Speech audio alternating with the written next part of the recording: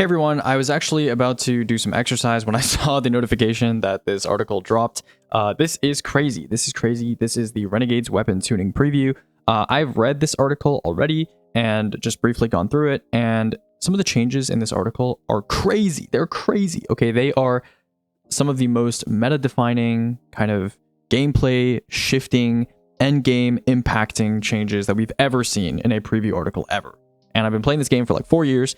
Yeah, this is insane. Like I don't think I've seen a patch note that has just been so predictive and so impactful on what is going to happen next season. So there's one really big change, which you've probably already seen because people are all talking about it right now. But we'll go over some of the other changes and what I think about them, as well as some of the nerfs. But there's a lot of buffs. I think the nerfs are pretty reasonable, but we're going to go over all of them. So bear with me here. We're going to just go ahead and go through this new Renegades weapon tuning preview and my kind of reaction to everything, because this is a whopper. This is a big article. So let's go ahead and get started. So HUD buff priority update, cool for quality of life. It's nice because certainly recently, with all the buffs, for example, during Epic Corregos, like Bound to Worldline and all that stuff, you definitely had some buffs that were like disappearing. So it's nice to have certain priorities that are being made here. So that's cool. New gear bonus. This is now 5% though. So this used to be 10%. Now tier 1s, tier 2s, doesn't matter what tier you have. They're all going to be 5%. So that's kind of nice, right? So you don't have to, bite your tongue a little bit about having a tier 4 as opposed to like a tier 5. You won't feel so bad about that now. Some exotics, for example, Still Hunt, just a random example, completely coincidental, that are not featured gear this season are technically now getting a 5% buff because they count as new gear now. Whereas some exotics that were already 10% because they were currently featured gear, they're getting nerfed by like 5% approximately because now their gear bonus is going to be 5% for damage. I think Bungie is gradually trending toward a place where there's just not going to be a damage bonus or a DR bonus for using new gear, and it's going to be strictly for portal bonus scoring, or it's going to be for activities with avant-garde modifiers. I think they're slowly realizing that like people don't really need to have this kind of forced damage bonus in order to want to use new gear. I think the only times that I've ever really like genuinely considered like new gear stuff is just because of the damage bonus explicitly is for like speedrunning, right? Like speedrunning, a lot of the bosses that we do damage on are rockets. It's rockets. And we're like, okay, well, what rocket do I choose? Oh, this rocket's basically identical to this rocket, except they're a different element, which is like whatever.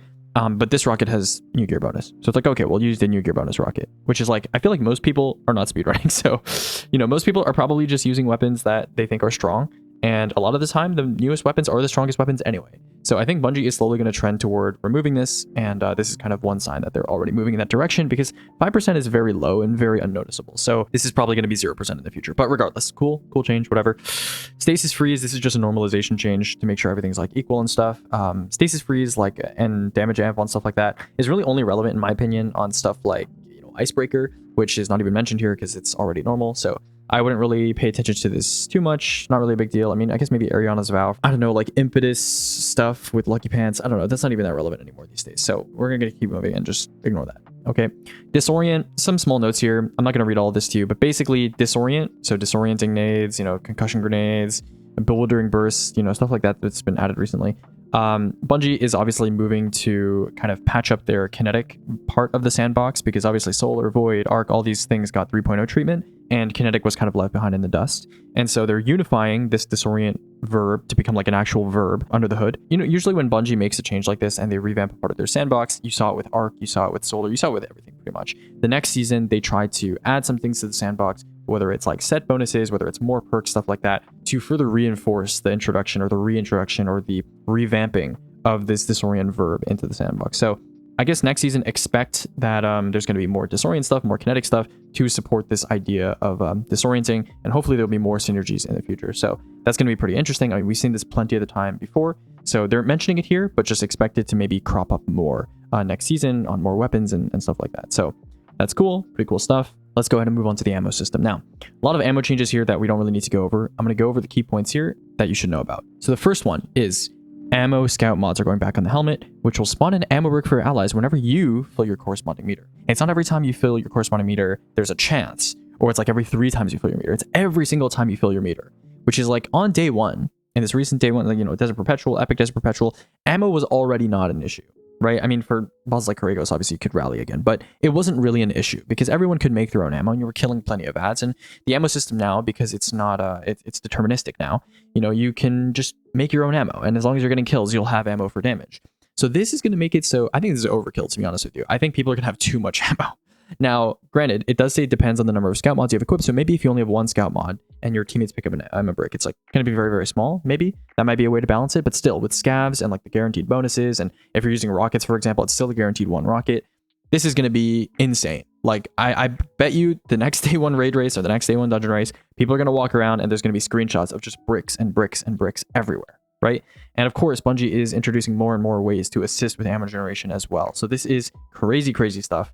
For day one specifically. For other stuff, I mean, maybe not so much. People don't really need to run scout mods in other activities, but yeah, this definitely decreases the impact of stuff like Aeon and Cenotaph, especially when you consider that, Not Swap was recently in the most recent Epic TP race, and if it's in future races, like, you're definitely not going to see those exotics.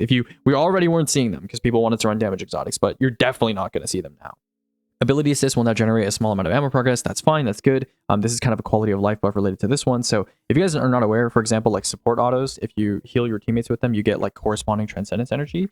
And when you provide them with the support frame boost. So this is kind of similar in that vein. Granting buffs to allies will grant a small amount of ammo meter progress when they land final blows while buffed. So this is kind of leaning more into MOBA. There's like MOBA games where, like, if you heal an ally or you support them and they get a kill, you get some sort of benefit from that. So a lot of things that Bungie has done with these kind of changes with like the support frame boosting that I just mentioned are kind of leaning in that direction of supporting greater and broader parts of the sandbox when it comes to giving you some sort of reward, not just for killing and getting assists the traditional way.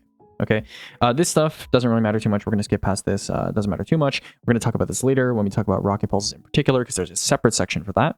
And then here, if you're using Air Trigger Tanasha or Envious Mint for ammo generation purposes, this will be a small hit to your ammo generation, but it's only 10, right? It's not too much.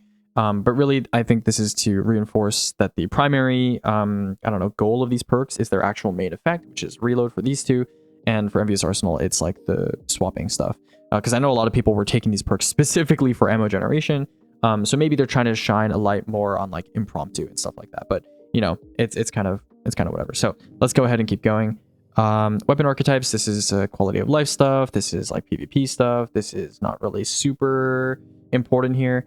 I don't really agree with them saying rapid fire pulses are lagging behind the other more popular pulse rifle subfamilies in terms of PvE effectiveness. Because to my understanding, I'm pretty sure rapid fire pulses have the highest. They have a pretty good archetype bonus for being like the empty mag reload thing, and they have the highest like overall minor elite DPS score metric against ads. So I don't know if this is actually true or not. Maybe they're just using like usage metrics or something like that. Not sure. Heavy bursts are definitely up there too, but rapid fires are either first or second, like for sure.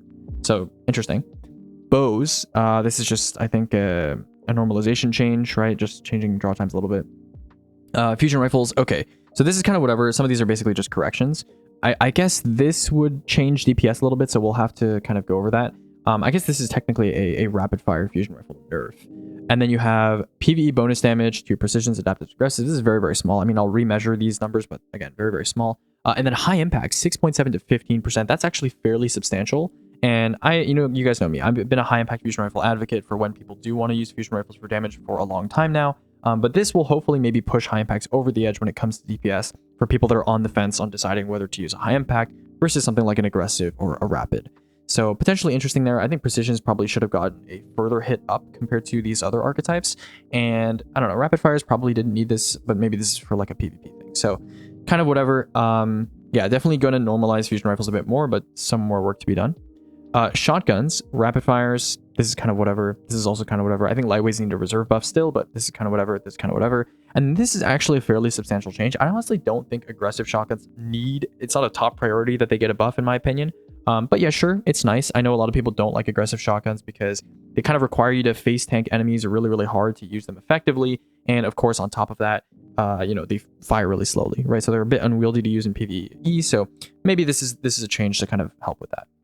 Slug shotguns. Okay, big change here. Rapid fire slugs, the assault mag RPM bug is confirmed to be a bug, I suppose, and it's been fixed. And even with this RPM bug, it was an outlier, like a small outlier amongst shotguns, and it still wasn't worth using over certain other weapons. Wink, wink, nudge, nudge, mint. And so this change is definitely going to just nuke rapid fire slugs to just not make them relevant, in my opinion, at all. I think heavy burst slugs, if you're going to use like a precision based shotgun, heavy burst slugs or regular slugs for like swapping purposes. Heavy burst slugs are, I think, still overall now like the best total damage plus DPS combo ish of a precision shotgun that you can have. in PvE, and you know, nothing is really gonna change about that. And they actually got an ammo buff, which is cool. Okay, snipers. This is a PvP change for the most part, I think, and then rocket pulses. So this is a lot of yap, and basically they're just saying mint is very dominant, and they're just reducing ammo from 18 to 14, which is like not that big of a change, to be honest. I think this will be probably okay. This is also a very, very small change. This is a bigger change than this one. This is like essentially nothing. I would say this change though, I don't know. I think all this change does is it separates mint further from New Malpais, because New Malpais has better total than mint. I assume it's not going to have its reserves nerfed because they literally just released it. It's an exotic, they just released it. Doesn't really make sense for them to nerf it alongside mint, and I don't think a lot of people are super complaining about New Malpais either. So I think after the season is over, probably New Malpais and Mint Retrograde will take on different roles, right? New Malpais will be more for contest environments or more for total damage environments, and then Mint will be just a legendary counterpart or like a legendary damage fill option. So honestly, the problem with Mint was, I don't know, it's just, it feels like you never run out of ammo with the current ammo system, and it's just too versatile, right? And I think the total ammo that it has, I don't know, nerfing it is one way of addressing the problem. I don't know. Mint feels really good, so I kind of don't want it to be nerfed, but I don't know. It is definitely stealing the spotlight from a lot of other weapons. So I think this is one way of addressing it. I certainly don't think this is going to nuke Mint at all. Maybe for damage purposes, because its total damage is definitely taking a fair hit here, and definitely putting it more in line with other specials. But at the same time, it still has more DPS than other specials, while having now kind of similar-ish total damage, maybe a little bit less. So I guess this puts it more in line with its kind of bursty fantasy. I know when rocket pulses were first being previewed and played by a lot of people who were doing the Edge of Fate content creation stuff, I know they were saying, oh yeah, Mint feels like its role is supposed to be very high burst damage, but you run out of ammo really quick. And so I think this is maybe moving Mint more in that direction. But still, I don't think this is really going to change too much. But we'll see. We'll see. Okay, swords. Reduced empty sword swing damage. Yeah, this is the whole like slashing thing with Gold Tusk. Yeah, sure. Fair enough. Yep, fair enough. This is a niche interaction that I'm sure most people are not aware of, but Ascension, when you activated it, it was stealing sword perks. So like Cold Steel and stuff like that, I believe, would work with Ascension. This is going to upset a small subset of people, but it makes sense that it was a bug. So, you know, I'm not too mad about it. Okay, exotics, ace change, probably not going to do anything really, to be honest. Hawk Moon, I will test this with Lucky Pants, but Hawk Moon is lagging behind other exotic hand cannons and even legendary hand cannons, to be honest, for Lucky Pants stuff. So I don't think this is really going to change anything either. Maybe it's going to make people like more willing to use it in PvE because it's probably going to kill red bars a lot faster now, but probably not for endgame at least. Osteo Shriga, reduce the cooldown of the poison burst on Osteo Shriga final blow from 4 seconds to 2. Yeah, that's yeah, I mean, it's still going to be kind of noticeable, I would say. I mean, this is definitely a nice change, but I don't know if this is going to necessarily kind of buff Osteo Shriga's usage rate for endgame stuff, at least significantly. So I don't know. I think people who like this weapon just for the weapon itself and not for effectiveness' sake will definitely appreciate this, but I don't know if this is going to really it says that can dominate the PvE meta. I don't know about that, but yeah, we'll see. Soros Regime, what do we got here? Yeah, this is a kind of a quality of life-ish change, revision 0. This is kind of a, you know, again, more kinetic synergy stuff like I mentioned earlier. Shockwaves, exhausting targets on impact, you know, just reads like kinetic sandbox assistance here. Touch of Malice, yeah, this is anything too crazy here. Collective Obligation, again, nothing too crazy here. Symmetry, we're gonna skip past this. Still Hunt, okay, this is big change number 1. I guess the scout break change was and the mint changes were big changes 1 and 2, but this is the biggest change in this entire set of patch notes, or not patch notes, but preview article bullets. This is insane. This is insane. Sniper's Meditation last time was 15%, just so you know. Okay, and they specifically nerfed Sniper's Meditation so it wouldn't buff Still Hunt's Golden Gunshots, because people were saying, oh my god, it's like such a forced hunter meta, you know, Witness, everybody swapped to hunters, you know, Astrocross was like the only Titan or something, you know what I'm saying? So like everybody was still on Hunter, on Witness, Final Shape launch. We are in a meta right now. So first of all, remember, when Still Hunt was nerfed, they stopped it from working with Sniper's Meditation, and then they nerfed it by 25%. 25%. This is a 40% buff. Now, this doesn't mean it's going to be 15% better. Like, that's not how the math works out. But this is still net plus 40%, plus 15% from Sniper's Meditation, and then another plus 15%, which we didn't have before, from 200 weapons. This is crazy. This is crazy. Okay.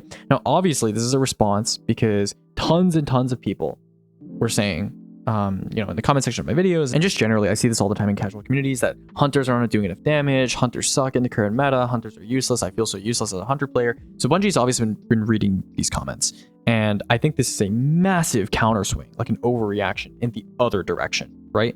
Because you're getting plus 40%, plus 15%, plus 15% on an exotic weapon that was already fine. Like, it was already pretty good. Like, ZCP just used this thing to solo witness in the solo tourney, right? So it's not useless.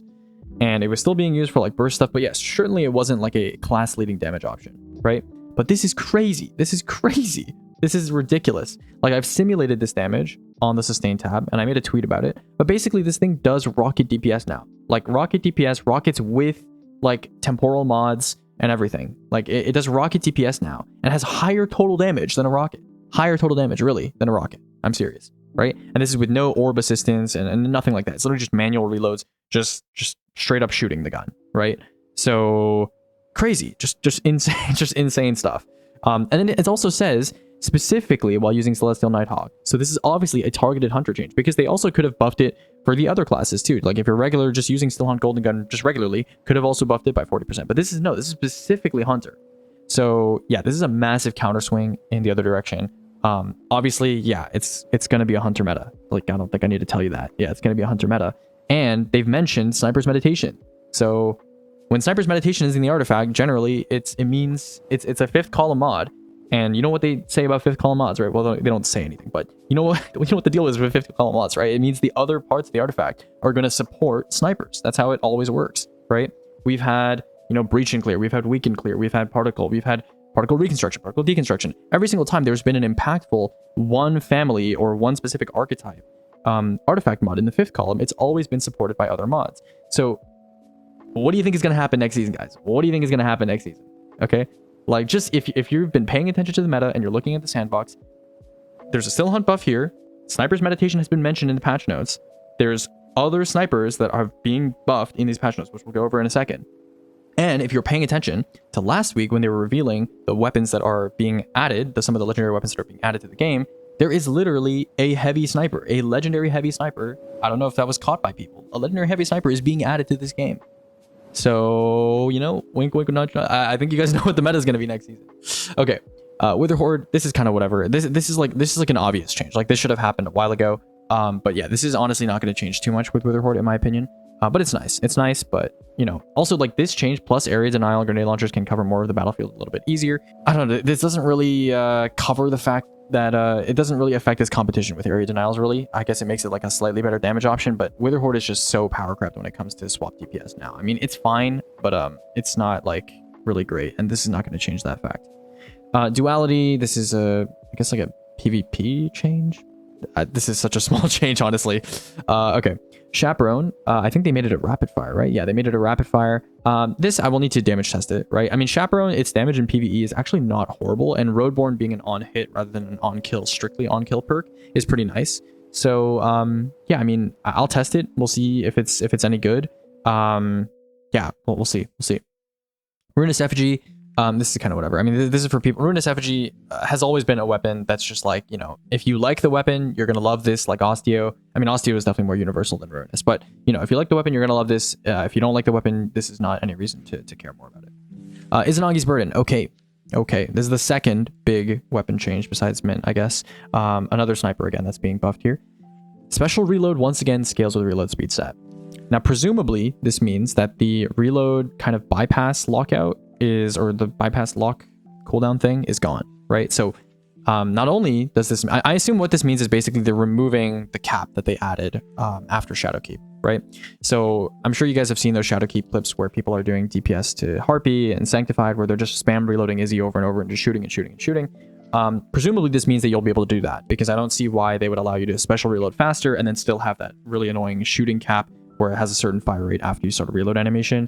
Because otherwise, all that would mean is that you could hone the gun and then immediately swap faster, which like doesn't really change much, and certainly won't change Izzy swap viability. So I assume what they mean is, yes, you're going to be able to shoot a lot faster now as well, which is nice. That could bring Izzy back into the meta. Yeah, this could be something that the Warlocks and Titans could do while the Hunters aren't still hunt. So that's potentially pretty nice. But yeah, pretty cool stuff.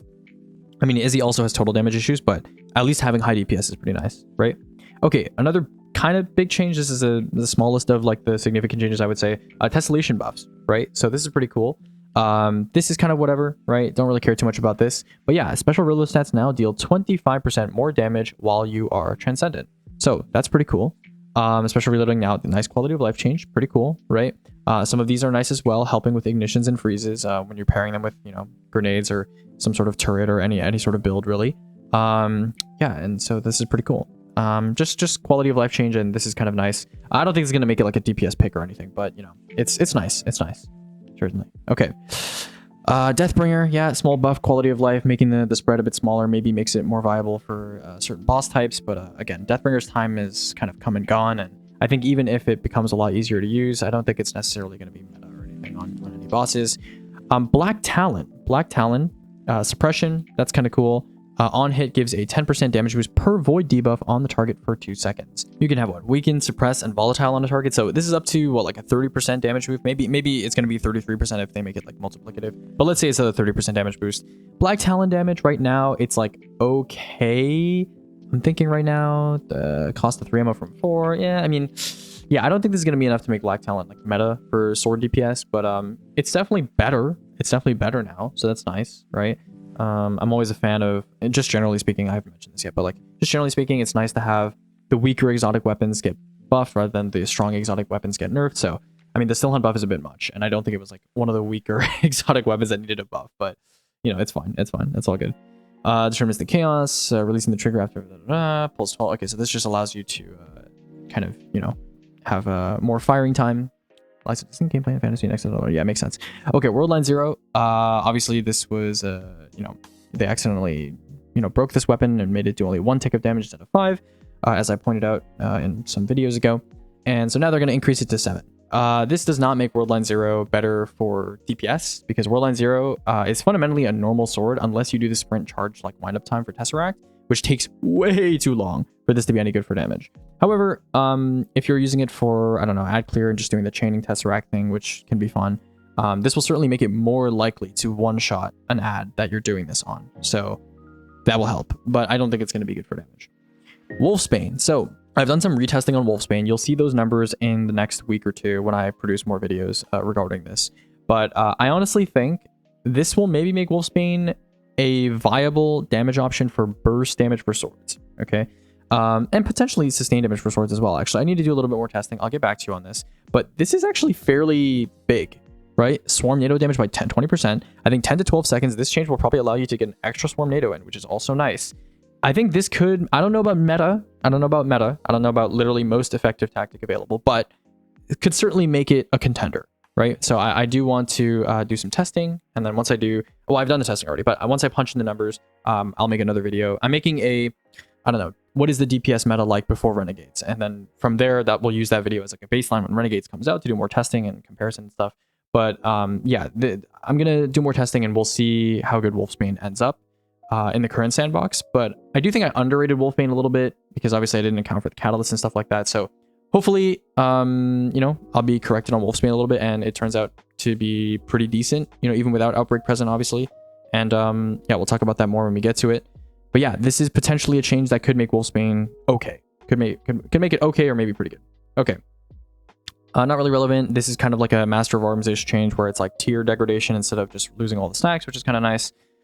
Box breathing, yeah, 40%, cool, whatever. Doesn't really matter in endgame PvE because you're generally not shooting snipers for just one shot in endgame PvE, and 40% is like, again, not super amazing or anything for just like a single shot. Yeah, it's kind of fine.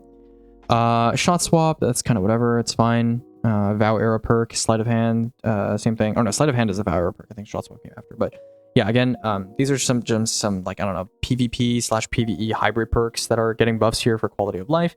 In my opinion, still not that good, but you know, that's fine. Bray Legacy, again, this is extremely predictable. Haliatus was disabled for the EDP race, so obviously Bungie thought that something was wrong with this gun, and yeah, it makes sense, right? It's doesn't really seem like Bray Legacy was tuned to be accounting for micro missiles and you know, clusters and stuff like that. So yeah, pretty expected. Haliatus will put it in the vault or maybe put it in the trash in the future now. So that is how that's going to go. Vice Stinger. Yeah, I heard that this was a bug on some weapons. Bewildering Burst, Disorient against players, Enhanced Duration. Okay, that's kind of nice. Yeah, this is just a normalization option to make the Disorient verb the same across all sorts of different weapons. And yeah, that's pretty much it. So for the summary, this is crazy. Next season, we are gonna have a hunter slash sniper meta. As you can see, Sniper's Meditations in the artifact. We have a new heavy sniper that was you know, shown to us last week. And then we have Still Hunt buff, we have Izzy buff. Crazy stuff is gonna happen. And yeah, just insane stuff. Yeah. And then scout mods and stuff like that. So yeah, I don't know. This is one of the craziest preview. I mean, just the Still Hunt change alone. Like, they could have just not even shown the rest of this article, and just the Still Hunt change alone is enough to just shift an entire meta. I think 40% is too much, just way too much in my opinion. But you know, certainly that is one way to change the meta next season.